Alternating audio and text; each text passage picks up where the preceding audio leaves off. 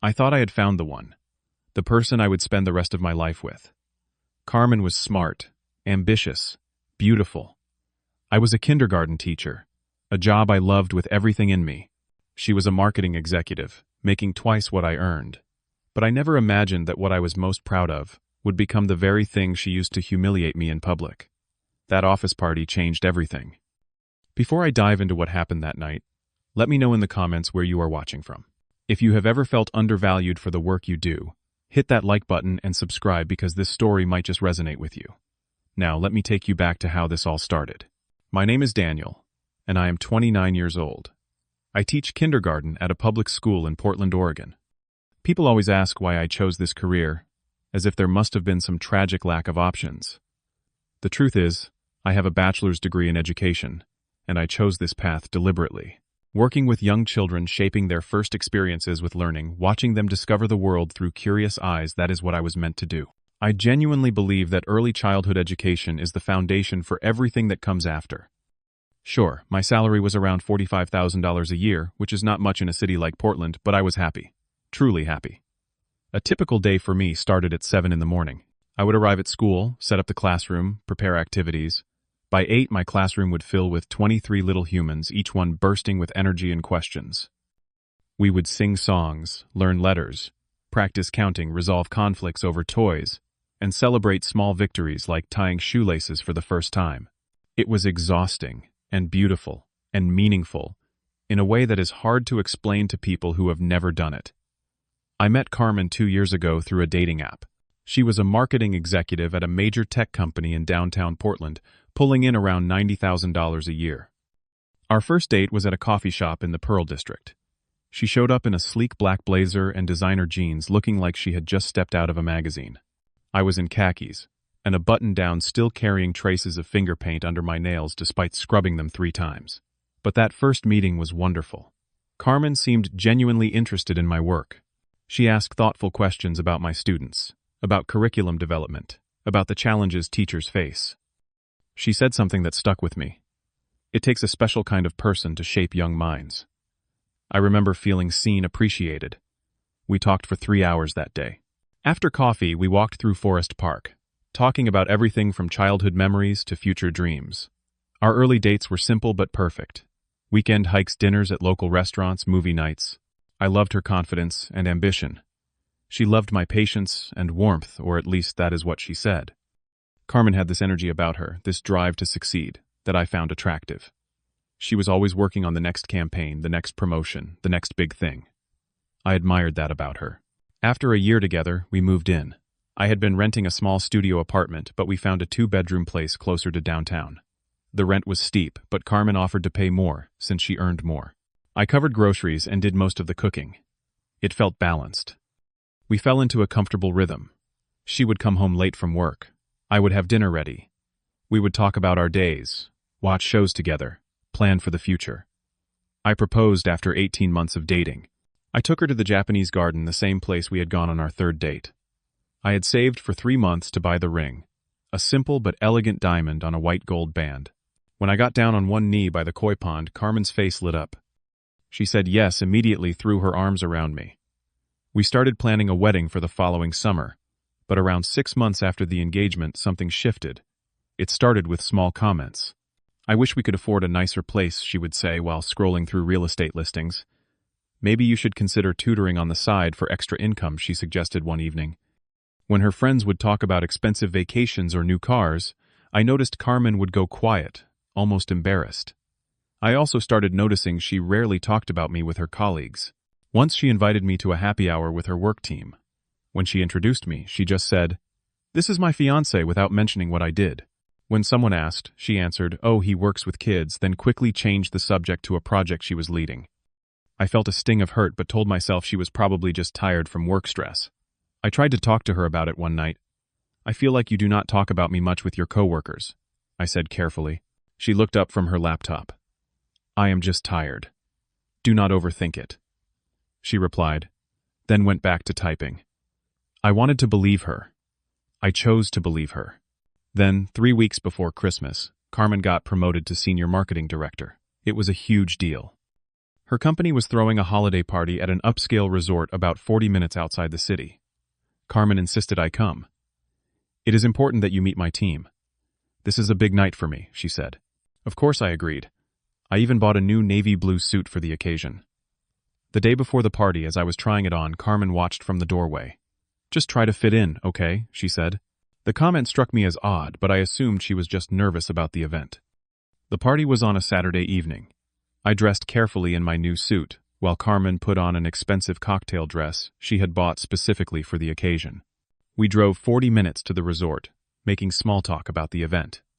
The ballroom was stunning, decorated with elaborate Christmas lights and a massive chandelier hanging from the ceiling. There must have been 80 people there, all dressed impeccably, holding champagne glasses, laughing in clusters. Carmen immediately shifted into work mode.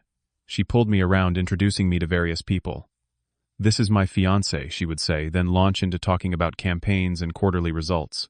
Not once did she mention what I did for a living. I stood beside her, holding my champagne glass, feeling more like an accessory than a partner. People would smile politely at me, then turn their attention back to Carmen and business talk. Eventually, we ended up with a group of her colleagues. There was Stephanie, the vice president of marketing, a woman in her early 40s with sharp features and an even sharper wit. Brad, the creative director, wore an expensive watch and had that particular smugness of someone who knew exactly how much he was worth. There were others too, all talking about campaigns, numbers, promotions. Finally, Stephanie turned to me. "So what do you do?" she asked, her tone pleasant enough. "I am a kindergarten teacher," I answered, keeping my voice confident. There was a brief pause.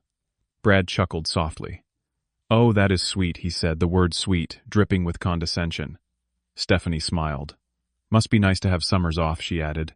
I felt my jaw tighten, but kept my composure. "Actually, I use summers for professional development and planning curriculum for the next year," I explained. Carmen jumped in, and what she said made my stomach drop. "Yeah, teachers have it pretty easy, schedule-wise," she said casually, as if discussing the weather. I turned to look at her, shocked. She would not meet my eyes. Brad smirked. "And the pay must be comfortable," he said, his tone making it clear he knew it was not. "It is not about the money for me," I replied. "Right passion project," Brad said, and the group laughed. Carmen laughed with them. I felt my chest tighten. We moved to the dining area. I sat next to Carmen with Stephanie and Brad, directly across from us. During dinner, the conversation continued in the same vein. Stephanie talked about the house she had just purchased for $500,000. Brad showed pictures of his new Porsche. Then Stephanie asked Carmen, "When are you two getting married? Have you set a venue yet?" Carmen set down her fork. "We are still figuring out the budget. You know, on a teacher's salary we have to be practical," she said. The table went quiet for a moment, then there were awkward chuckles. My face burned. "We both contribute to the wedding fund equally," I said, trying to defend myself. Carmen turned to me. "Well, technically I am covering most of it since I make more," she said. Brad grinned. "Hey, no shame in being a kept man," he said, and the table erupted in laughter. Carmen laughed too. Not as loudly, but she laughed. I set down my knife and fork. I could not eat anymore. I felt humiliated, exposed, diminished. Stephanie mercifully changed the subject back to work. I sat there in silence. Carmen placed her hand on mine under the table, but she still would not look at me. After dinner, the group moved to the lounge area where there was a bar and more mingling. I pulled Carmen aside to a quiet corner. "Can we leave? I am not comfortable here," I said quietly. "We just got here." "Do not be so sensitive," she replied, barely looking at me. "They have been making fun of my job all night, and you joined them," I said, my voice tight with controlled anger. "They are just joking. You need to lighten up," she said. "Those were not jokes." "That was disrespect," I countered. She sighed, irritated. "Look, this is important for my career. Just stick it out for another hour," she said, then walked back toward the group. I stood there feeling betrayed and small. I followed her back, not knowing what else to do. The group was gathered around the bar, now drinks in hand. Then the company's director, Mr. Harrison, came over. He was a tall man in his 50s, friendly and approachable. He shook my hand, asked polite questions about me. I answered as best I could, trying to maintain composure. Everything seemed okay for a moment. Then Mr. Harrison said to Carmen, "You are lucky to have a supportive partner." Carmen smiled brightly. "Oh yes, very supportive. He has all the time in the world for me with that job," she said. The group laughed again. Mr. Harrison looked slightly confused but said nothing. I stood frozen, staring at Carmen. She kept smiling, kept talking to her boss, completely oblivious, or perhaps completely aware of what she had just done. And then Stephanie made another comment about promotion criteria, and Mr. Harrison mentioned that the company valued ambition results and well-rounded personal lives. Stephanie turned to Carmen. Well, Carmen definitely has that figured out. She is marrying someone who will never outshine her career, she said. More laughter. And then Carmen said the words that shattered everything. Exactly. I mean, someone has to be the breadwinner, right?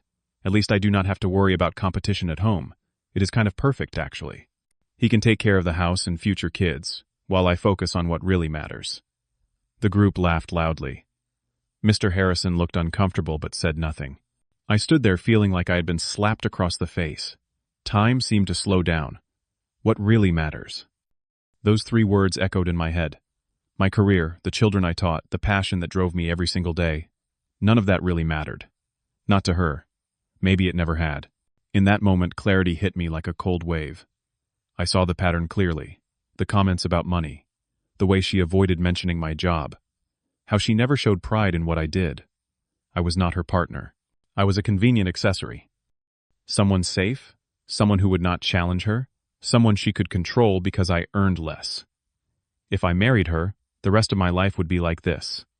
Always being looked down on. Always having to prove my worth. Our children would grow up watching their mother disrespect their father. I could not do it. I would not do it. I set my drink down on the bar. The group had gone quiet, waiting to see if I would react. I turned to Carmen, my voice calm and steady. Carmen, can I see your hand for a moment? She looked confused. What? Why, she asked. Just give me your left hand, I said. She extended it, still smiling, awkwardly, unsure of what was happening. I took her hand gently and carefully removed the engagement ring from her finger. The ring I had saved 3 months of salary to buy. What are you doing? She asked, her smile fading.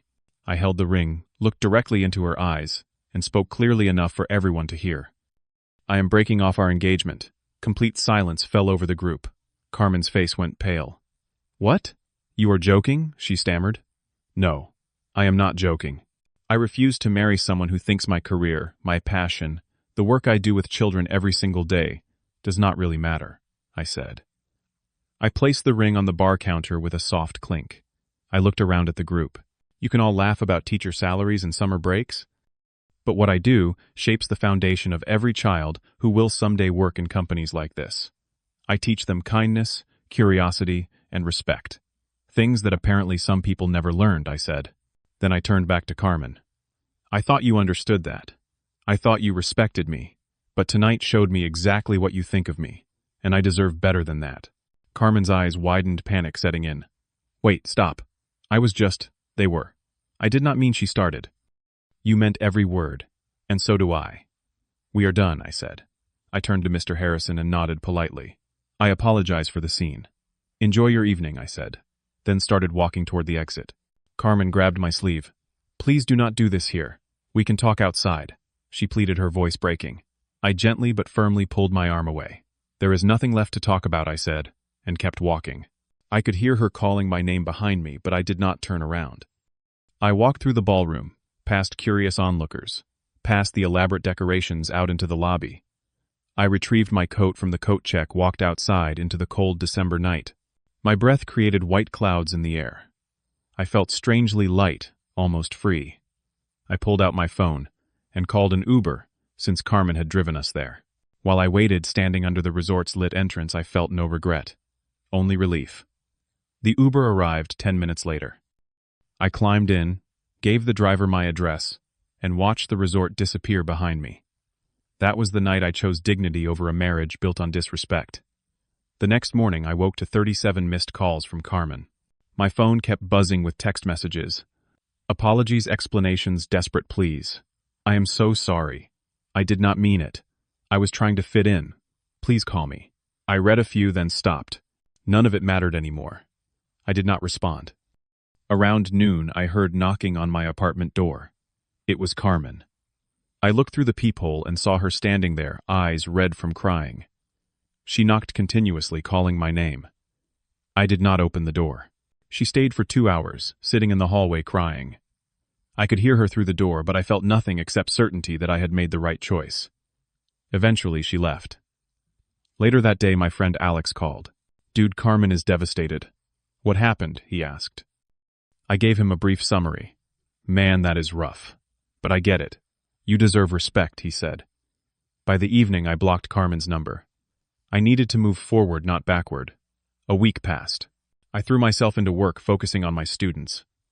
One of my kindergartners, a little boy named Marcus, asked me one morning, "Mr. Daniel, why do you look sad?"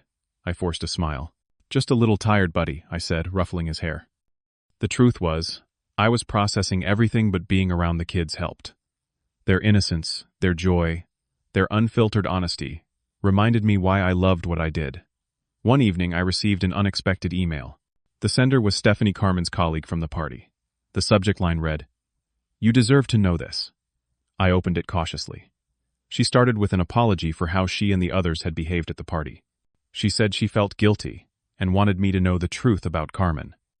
According to Stephanie, Carmen had told the team that she needed a stable home image to be considered for a vice president position. The company culture valued family values and balanced personal lives. Carmen had apparently chosen me because she thought I would be easy to manage due to my lower income. Stephanie wrote that Carmen had once said to her, "Teachers are safe. They will not leave because they are too invested in their jobs. It is perfect for me." Stephanie also mentioned that Carmen was under pressure from her wealthy parents to settle down before turning 35. Marrying me had been strategic, not about love. Stephanie ended her email with, "What she said at the party was not a slip. It was how she really felt. You did the right thing." I read the email twice. I felt a mixture of anger and relief. Anger, because I had been used, manipulated. Relief, because I had escaped before legally binding myself to someone who saw me as a tool, not a partner. 2 months later, I moved into a new apartment. It was smaller, a studio on the east side of Portland, but it was mine. I could afford it on my salary without help. I focused entirely on teaching. I even started volunteering for an after-school program at the community center, helping kids with homework and reading. Slowly, I found my joy again. My students were thriving. Parents would stop me after school to thank me for the impact I was having on their children. It reminded me that what I did mattered regardless of what Carmen or her colleagues thought. One afternoon, I met a new parent. Her name was Jenna. She was a nurse at the local hospital, a single mother picking up her daughter Emma. She thanked me for helping Emma adjust to the class. Emma had been shy and struggling, but she was opening up now. Jenna and I started chatting. We discovered we had a lot in common. We had both chosen careers based on passion rather than paychecks. "It takes courage to choose a path that matters over one that just pays well," she said one day. I felt understood in a way I had not felt in a long time. After a few weeks of friendly conversations at pickup time, I asked if she would like to get coffee sometime. She smiled and said yes. Through Alex, I eventually heard what happened to Carmen. She did not get the vice president promotion. The company chose someone else. Apparently, someone had recorded the moment I broke off the engagement on their phone, and the video had leaked in the company's internal chat. Human Resources had a meeting with Carmen about professional conduct. She tried reaching out to me one more time through Alex, saying she had made a mistake and wanted to fix things. I told Alex to tell her, "Some mistakes cannot be fixed. Move on." Alex later mentioned that Carmen resigned and took a position at another company. I felt nothing. No anger, no satisfaction, just indifference. I was grateful I had gotten out when I did.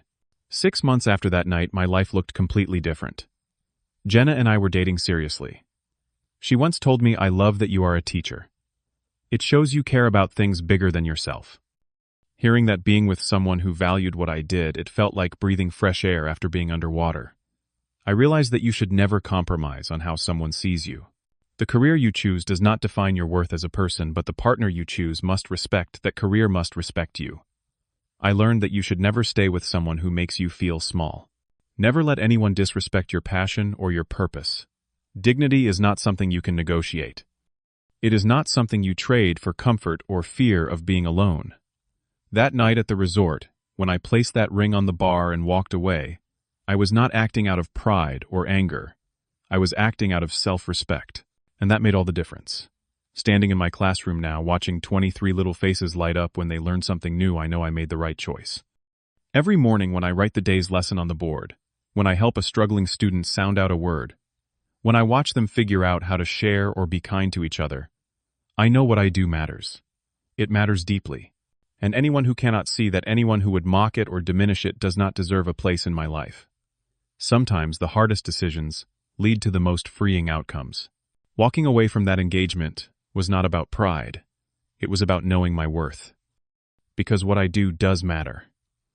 And I finally found someone who sees that too. So let me ask you, have you ever had to walk away from someone who did not value you? Have you ever stood up for yourself when it felt like the whole room was against you? Drop your thoughts in the comments below. If this story resonated with you, please hit that like button and subscribe to this channel. Share this with someone who might need to hear it. Thank you for listening to my story, and I hope it reminds you that your worth is not determined by your paycheck, but by the impact you make. Stay strong, stay true to yourself, and never settle for less than you deserve. Take care.